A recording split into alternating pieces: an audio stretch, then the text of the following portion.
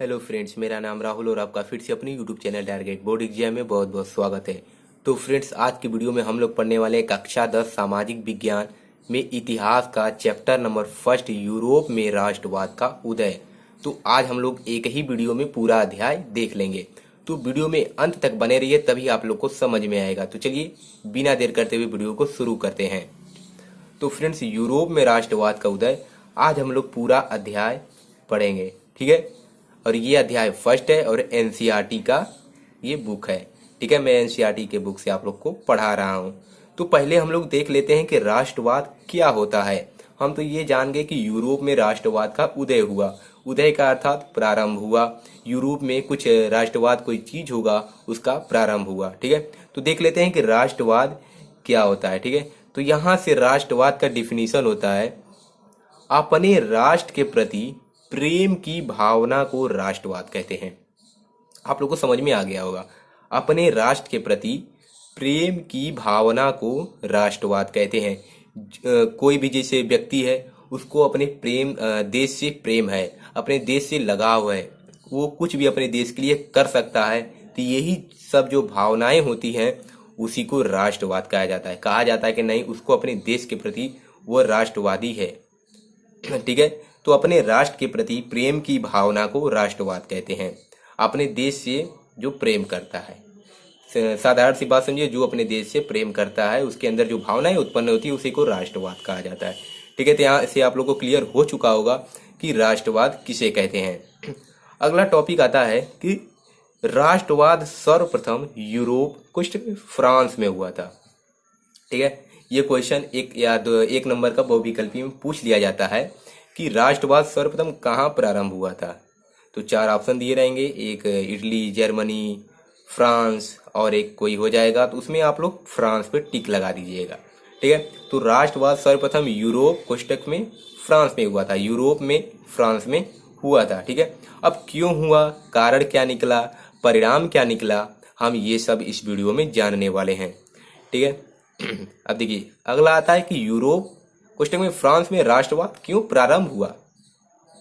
आखिर राष्ट्रवाद का मैंने आप लोगों को मतलब बताया कि अपने राष्ट्र के प्रति प्रेम। तो अर्थात जितने भी व्यक्ति थे फ्रांस में, वो उनको अपने देश के प्रति प्रेम क्यों हुआ, कैसे हुआ और परिणाम क्या निकला, ठीक है। तो वही आज हम पढ़ने वाले हैं। तो देखिए,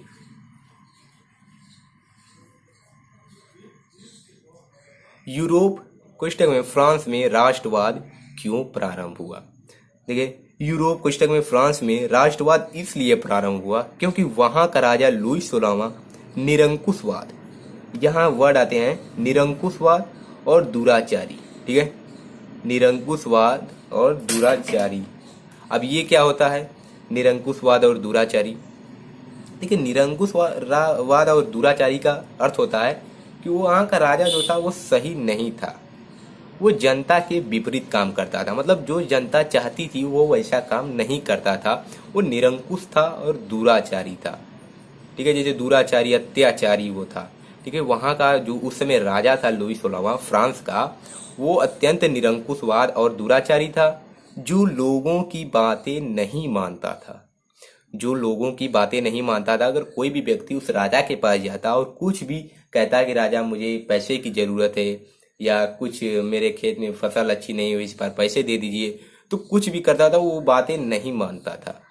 एक तरह से वो राजा अच्छा नहीं था, सिर्फ अपनी ही बातें मनवाता था, सिर्फ लोगों से अपनी ही बातें मनवाता था, ज्यादा से ज्यादा कर वसूलता था, ठीक है, अपनी ही बातें मनवाता था। तो इसके कारण लोगों के अंदर राष्ट्रवाद की भावना पनपने लगी, ठीक है। लोगों के अंदर, जो फ्रांस के लोग थे, उनके अंदर राष्ट्रवाद की भावना पनपने लगी, अपने राष्ट्र के प्रति प्रेम की भावना की, नहीं इस राजा को यहाँ से हटाना है, यह राजा बहुत ही दुराचारी है, निरंकुशवाद है। तो यहीं से उनके अंदर राष्ट्रवाद की भावना पनपी, ठीक है।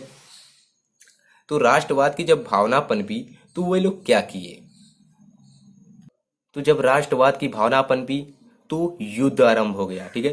तो युद्ध आरंभ हुआ लुई 16वां और जो फ्रांस के जनता थे उसके, लुई 16वां के सैनिकों में और फ्रांस की जनताएं जो थी, सभी में युद्ध आरंभ हो गया। तो युद्ध का परिणाम क्या निकला, आइए वो हम लोग देख लेते हैं। तो यहाँ से युद्ध आरंभ हो गया। देखिए, तो युद्ध का परिणाम निकला इस युद्ध में लुई 16वां की हार हो गई। ठीक है फ्रेंड, जो राजा लुई 16वां था वो इस युद्ध में हार गया, क्योंकि जनता जब अगर पागल हो जाए, अगर जो जिद पे बैठ जाए, तो वो कोई भी अपने आप को कोई भी राजा हो वो उसके आगे नहीं टिक सकती। तो इस युद्ध में लुई 16वां की हार हो गई। ठीक है, चलिए आगे देखते हैं। ये ऐसे क्वेश्चन पूछे जाते हैं कि यूरोप में राष्ट्रवाद क्यों प्रारंभ हुआ, परिणाम क्या निकला, उसका स्वरूप क्या था और आरंभ किस लिए हुआ। ऐसे ही क्वेश्चन घुमा फिरा के पूछ देते हैं, इसलिए मैं आप लोग को पूरे विस्तार से बताऊंगा। ठीक है, तो परिणाम जान गए कि इस युद्ध में लुई 16वां की हार हो गई। पहला जो परिणाम था कि इस युद्ध में लुई 16वां की हार हो गई, और दूसरा देखिए, दूसरा है कि सन 1793 ईस्वी में, सन 1700 लुई 16वां को सन 1793 ईस्वी में लुई, वहां का जो राजा था लुई 16वां को सार्वजनिक, अब से ये सार्वजनिक क्या होता है, सार्वजनिक का अर्थ होता है कि जहां पर सभी लोग उपस्थित हो। ठीक है, सार्वजनिक जहां पर सारी जनता, जो जनता है उस देश की, वहां पर उपस्थित हो।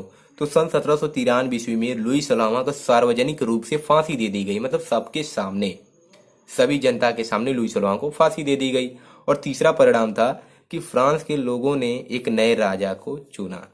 यहाँ पर देखिए, और जब उसको फांसी दे दी गई तो वहां का तो राजा दूसरे किसी को बनाना ही पड़ेगा। तो फ्रांस के लोगों ने एक नए राजा का चुनाव किया, या एक नए राजा को चुना। ठीक है, अब इसमें एक अगला पर्सन आता है, नेपोलियन बोनापार्ट। ठीक है, ये बहुत ही ज़्यादा मोस्ट इंपॉर्टेंट है बोर्ड एग्जाम के लिए। इसके बारे में पूछ दिया जाता है कि नेपोलियन बोनापार्ट कौन था और इसने फ्रांस के लिए क्या किया। तो ये बहुत ही, इसके बारे में आप लोग पढ़ेंगे, बहुत ही इसके बारे में लिखा गया है, लेकिन आप लोग को उतना नहीं पढ़ना है, जितना पढ़ना है मैं उतना लिख लिया हूँ। तो देखिए, नेपोलियन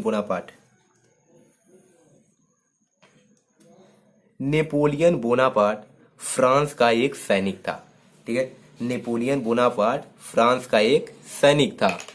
आप लोग याद रखिएगा, ये जो था ये फ्रांस का सैनिक था।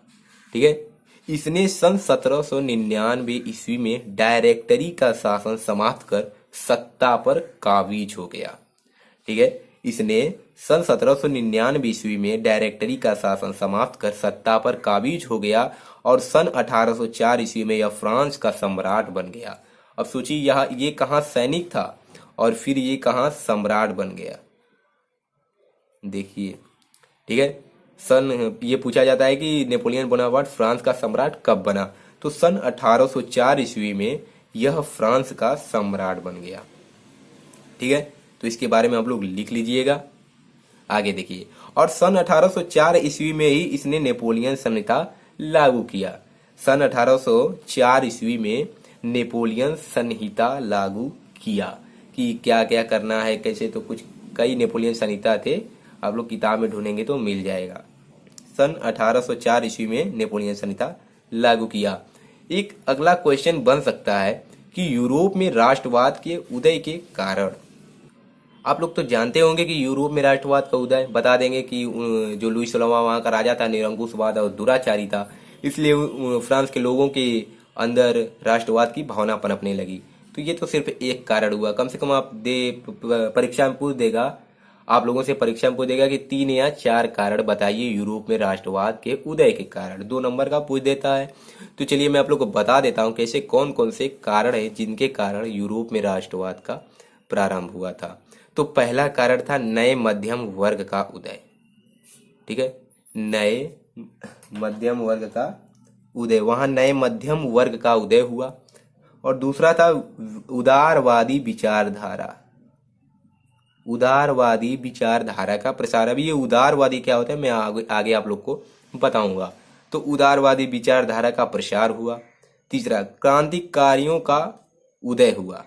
ठीक है, क्रांतिकारियों का उदय हुआ, अनेक क्रांतिकारी पैदा होने लगे जिनके अंदर राष्ट्रवाद की भावना पनपने लगी। ठीक है, तो क्रांतिकारियों का उदय हुआ। और चौथा पॉइंट में था रूढ़िवाद की नई भावना और वियना की संधि।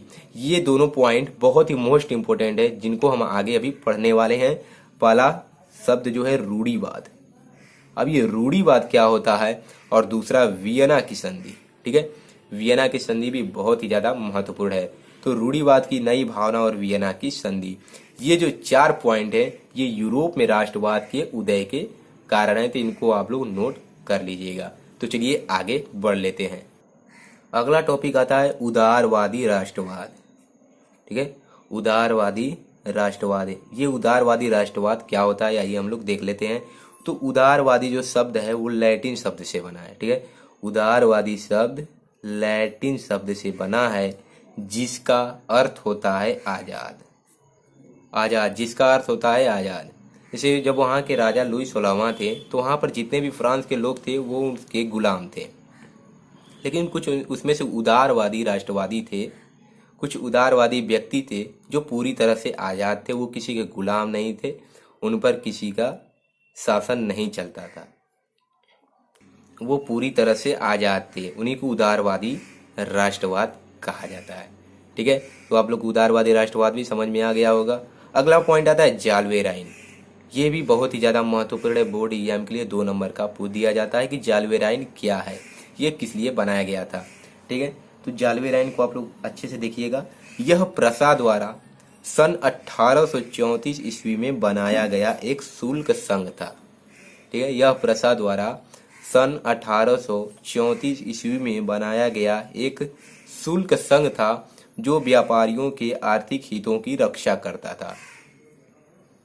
यह प्रसा द्वारा बनाया गया एक शुल्क संघ था, इसे व्यापारियों के आर्थिक हितों की रक्षा करता था। ये एक ऐसा चीज था, एक शुल्क संघ था जो गरीब लोग जैसे व्यापारियों थे उनके आर्थिक हितों की आर्थिक रूप से सहायता करता था। ठीक है, उनके व्यापारियों के आर्थिक हितों की रक्षा करता था तथा व्यापार के लिए मुक्त वातावरण उपलब्ध कराता था। एक तरह से यह व्यापारियों के लिए अच्छा था और गरीब लोगों के लिए भी। यह प्रसा द्वारा सन 1834 ईस्वी में बनाया गया एक शुल्क संघ था जो व्यापारियों के आर्थिक हितों की, ठीक है, जो व्यापारियों के आर्थिक हितों की रक्षा करता था तथा व्यापार के लिए मुक्त वातावरण उपलब्ध कराता था। तो आप लोग को जालवेराइन भी समझ में आ गया होगा। ठीक है, अगला पॉइंट आता है रूढ़िवाद की पुनर्स्थापना। रूढ़िवाद की पुनर्स्थापना।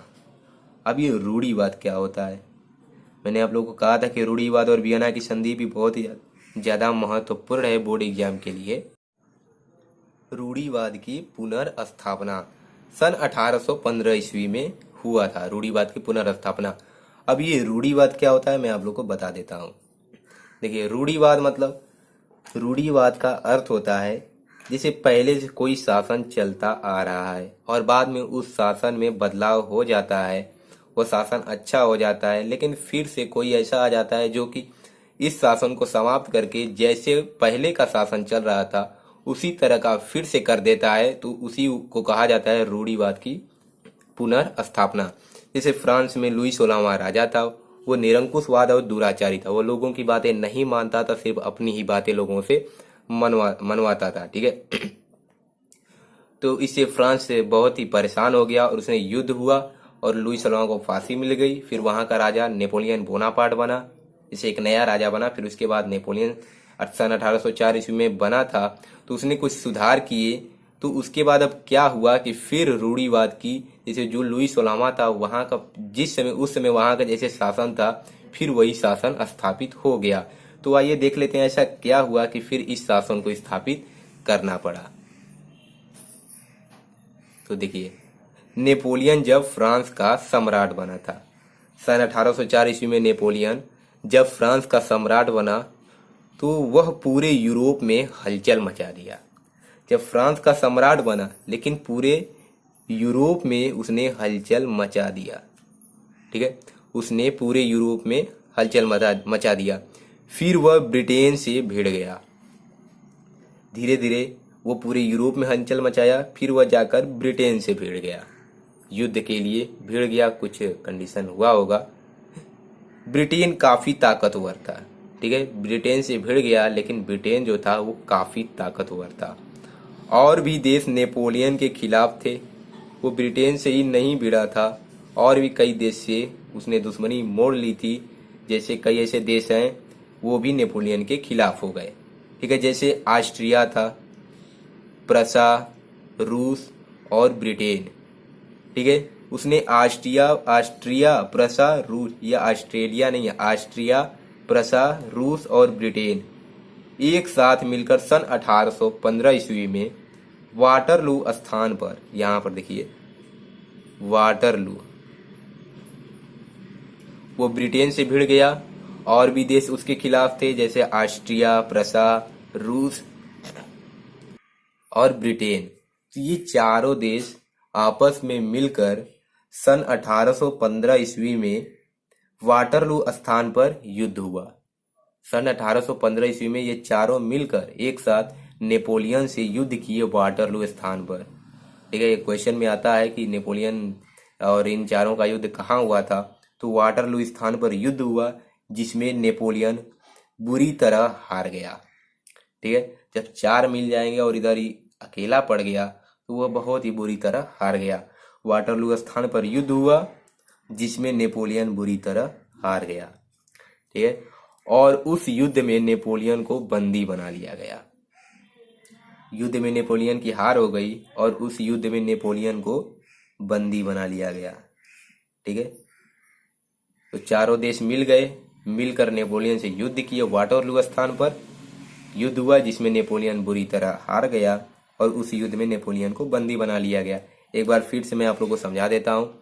रूढ़िवाद की पुनर्स्थापना 1815 ईस्वी में हुई थी। नेपोलियन जब फ्रांस का सम्राट बना, वह पूरे यूरोप में हलचल मचा दिया। फिर वह ब्रिटेन से भिड़ गया। ब्रिटेन काफी ताकतवर था और भी देश नेपोलियन के खिलाफ थे, जैसे ऑस्ट्रिया प्रसा रूस और ब्रिटेन एक साथ मिलकर सन 1815 ईस्वी में वाटरलू स्थान पर युद्ध हुआ, जिसमें नेपोलियन बुरी तरह हार गया और उस युद्ध में नेपोलियन को बंदी बना लिया गया। फिर नेपोलियन को बंदी बना लिया गया और फ्रांस पर इन चारों का कब्जा हो गया। तो चलिए अब देखते हैं ये लोग आखिर क्या किए, परिणाम क्या निकला।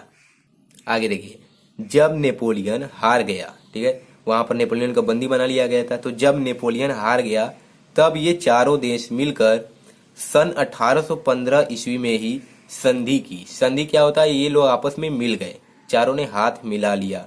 नेपोलियन जब हार गया तो ये चारों देश मिलकर सन 1815 ईस्वी में संधि की, जिसे वियना की संधि कहा जाता है। यहाँ पर देखिए एक क्वेश्चन बन गया कि वियना की संधि कब हुई थी, तो कब हुई थी, सन 1815 ईस्वी में। ठीक है, सन 1815 ईस्वी में वियना की संधि हुई थी।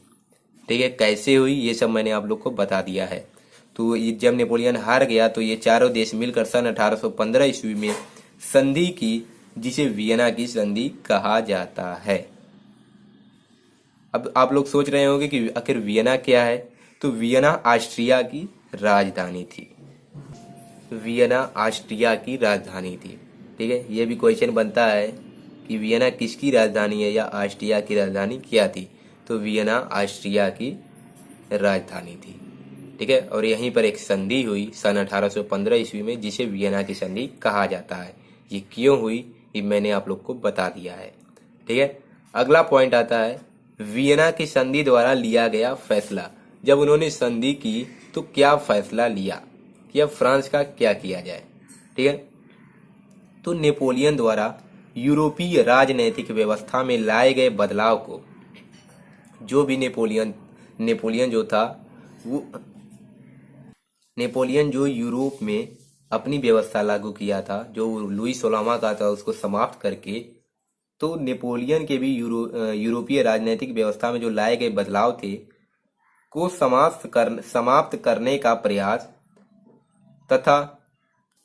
तथा पुरानी व्यवस्था पुनर्स्थापित करने का प्रयास किया गया। जो पुरानी व्यवस्था चलती आ रही थी उसको पुनः स्थापित करने का प्रयास किया गया।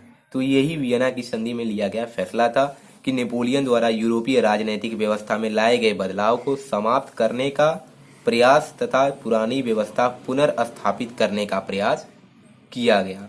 ठीक है, तो अगर एग्जाम में पूछता है कि वियना की संधि में कौन सा फैसला लिया गया तो इसको आप लोग लिख सकते हैं। ठीक है, तो चलिए आगे बढ़ते हैं।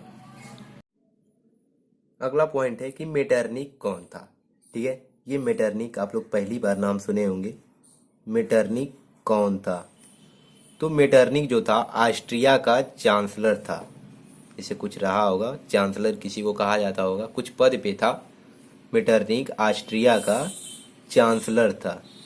अब लोग ये याद रखिएगा कि मेटरनिक जो था ऑस्ट्रिया का चांसलर था, वह घोर प्रतिक्रियावादी, ये भी अच्छा नहीं था, घोर प्रतिक्रियावादी और क्रांति के संदेशों का कट्टर विरोधी था। मेटरनिक ऑस्ट्रिया का चांसलर था, वह घोर प्रतिक्रियावादी और क्रांति के संदेशों का कट्टर विरोधी था। तो आप लोग याद रखिएगा कि मेटरनिक कौन था। ठीक है, अगला पॉइंट है क्रांतियों का युग। ठीक है, क्रांतियों का युग। तो क्रांतियों का युग कब से कब तक था? 1830 ईस्वी से 1848 ईस्वी तक। इसे हम लोग क्रांतियों का युग कहते हैं। अब इसमें क्या हुआ था? यूरोप में प्रथम विद्रोह फ्रांस में जुलाई में हुआ। ठीक है, यूरोप में प्रथम विद्रोह फ्रांस में, वो भी जुलाई में हुआ। जुलाई क्रांति से ब्रुसेल्स में भी एक विद्रोह फैला। फ्रांस में पहले जुलाई क्रांति हुई, फिर जुलाई क्रांति से ब्रुसेल्स में भी एक विद्रोह फैला, जिसने बेल्जियम को यूनाइटेड किंगडम ऑफ नीदरलैंड से अलग कर दिया। ठीक है, यूरोप में प्रथम विद्रोह फ्रांस में जुलाई में हुआ। जुलाई क्रांति से ब्रुसेल्स में भी एक विद्रोह फैला, जिसने बेल्जियम को United Kingdom of the Netherlands से अलग कर दिया। ठीक है, इसी को क्रांतियों का युग कहते हैं। सन 1830 ईस्वी से 1848 ईस्वी तक चला था। अगला जो पॉइंट है वो बहुत ही ज्यादा महत्वपूर्ण है बोर्ड एग्जाम के लिए, आर्थिक मंदी। ये लॉन्ग क्वेश्चन में पूछता है। ठीक है, बोर्ड एग्जाम में लॉन्ग क्वेश्चन में पूछा जाता है कि आर्थिक मंदी क्या थी, किस कारण आई। तो आर्थिक मंदी भूख, कठिनाइयां और जन विद्रोह था। यानी भूख के लिए कठिनाइयां, जो उनके लोग वहां के थे, जहां भी आर्थिक मंदी आई थी, वहां के लोग जन विद्रोह कर दिए। ठीक है, तो कुछ पॉइंट देखेंगे कि आखिर ये आर्थिक मंदी कैसे आई और इसका क्या उपाय किया गया। तो पहले पॉइंट में आता है कि सन 1830 ईस्वी के दशक में, सन 1830 ईस्वी के दशक में यूरोप में बड़ी आर्थिक मंदी आई। सन 1830 ईस्वी के दशक में यूरोप में बड़ी आर्थिक मंदी आई, जिसमें सन 1845 ईस्वी में सिलेसिया गांव के मजदूरों ने, कहाँ के मजदूर थे? सिलेसिया, सिलेसिया गांव के मजदूरों ने ठेकेदारों के विरुद्ध विद्रोह कर दिया। ठीक है, जिसमें सन 1845 ईस्वी में सिलेसिया गांव के मजदूरों ने ठेकेदारों, ठीक है, सिलेसिया गांव के जो मजदूर थे, वो मजदूरों ने ठेकेदारों के विरुद्ध विद्रोह कर दिया तथा अधिक वेतन की मांग की। तो यहाँ से पता चलता है कि जो ठेकेदार थे वो मजदूरों को ज्यादा वेतन नहीं देता था, कम वेतन देता था।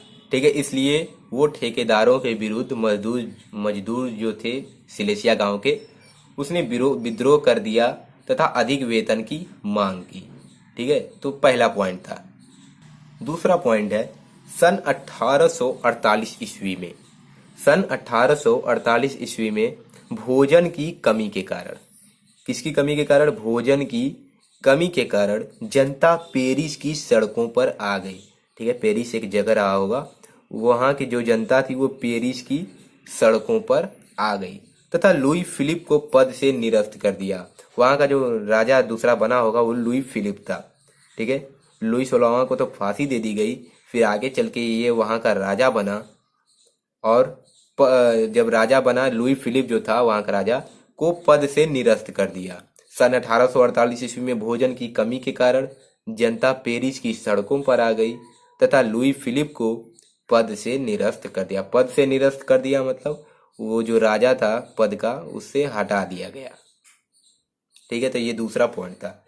तीसरा पॉइंट है कि जनता तो एकदम अब काबू में नहीं थी, तो तीसरा था कि नेशनल असेंबली ने, नेशनल असेंबली कोई संस्था रहा होगा, नेशनल असेंबली ने एक गणतंत्र की घोषणा की, जिसमें 21 वर्ष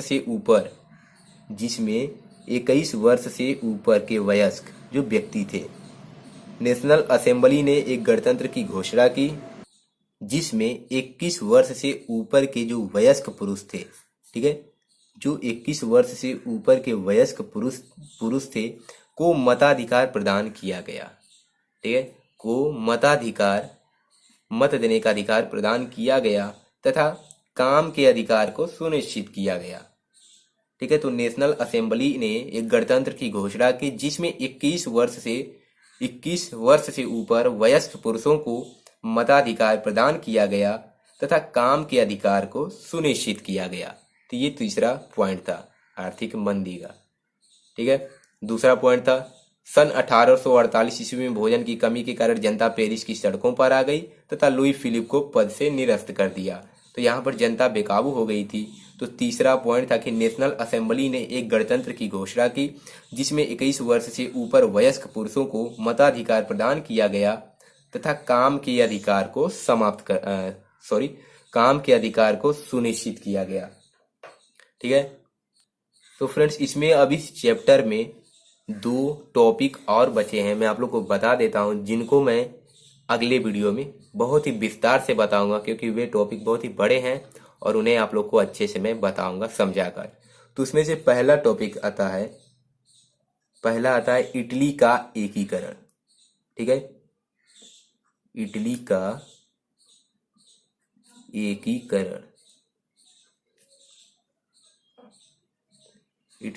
एकीकरण, ठीक है। और दूसरा आता है जर्मनी का एकीकरण,